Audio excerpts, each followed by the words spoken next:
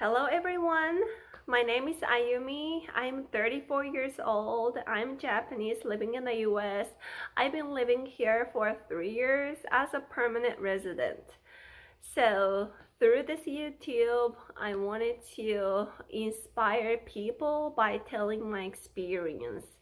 I have a lot of unique experiences such as English learning experiences, study abroad, US visas, and work experience here and also living here.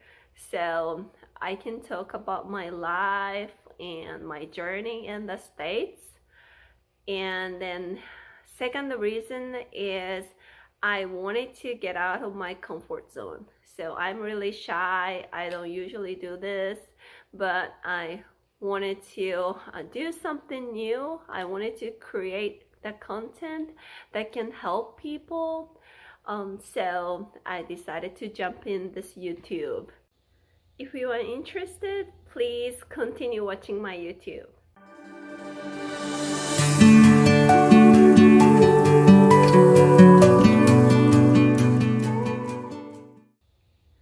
This time I want to focus on my study abroad experience. So actually I did study abroad twice. First time was when I was 20, second time was when I was 26. So I want to talk about the second time. So when I was 26, I studied abroad. I assume a lot of people have questions now, like why 26 years old? Okay, so that was like a commitment to myself. Before I graduated from college, I committed to myself, like after 5 years, I really want to do this. I really want to study abroad. I will achieve this for sure. At that time, one of my friends told me like, no, it's not realistic. You will not be able to do that. Then I asked her why. She says 5 years a long time. You know, things change a lot. You might marry someone. So I was like, no, I gotta do this. I really wanna do this in my life. Otherwise, I will regret.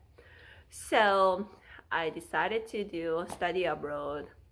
So at the age of 24, I started to prepare for my study abroad. Especially what I did was to study for TOEFL. I don't know how many of you have known about the TOEFL test, but so that TOEFL test is kind of unique English test. I think that most of the college in the US request foreigners to submit score of TOEFL that is for evaluating our English proficiency. So the college that I enrolled, they had a requirement for the score of the TOEFL. So they required 80. So 80 is not too high, not too low, but I didn't have that score at that time, so I needed to work on. I knew that TOEFL is a really challenging test. It's really difficult for me to get the score on my own. So I needed peers to study together or talk to each other, encourage each other. So I Googled and then found the TOEFL study group. So I joined the group. I can talk about the TOEFL test on many more things. So if you are interested, please let me know. I can create another video about the TOEFL. But then, so we meet each other once a week. We study together. We share our concerns, problems, and then advise each other. So that was a great group. I joined there for I think 10 months. And then I was able to get that score 87 after 10 months. So the longest time that I studied in a day was 16 hours. I did 16 hours I think twice in 10 months. And then regular weekend, I tried to study at least 8 hours since I was a full-time English teacher in Japan at the time, so I didn't really have time a weekday, but I just studied like constantly, at least 10 minutes a day. I tried to do it. If we have time, I did 1 hour, 2 hours, but usually I didn't get that time. The other thing that I experienced through the study abroad preparation process was a lot of disagreement from coworkers, family, and principal, like my boss.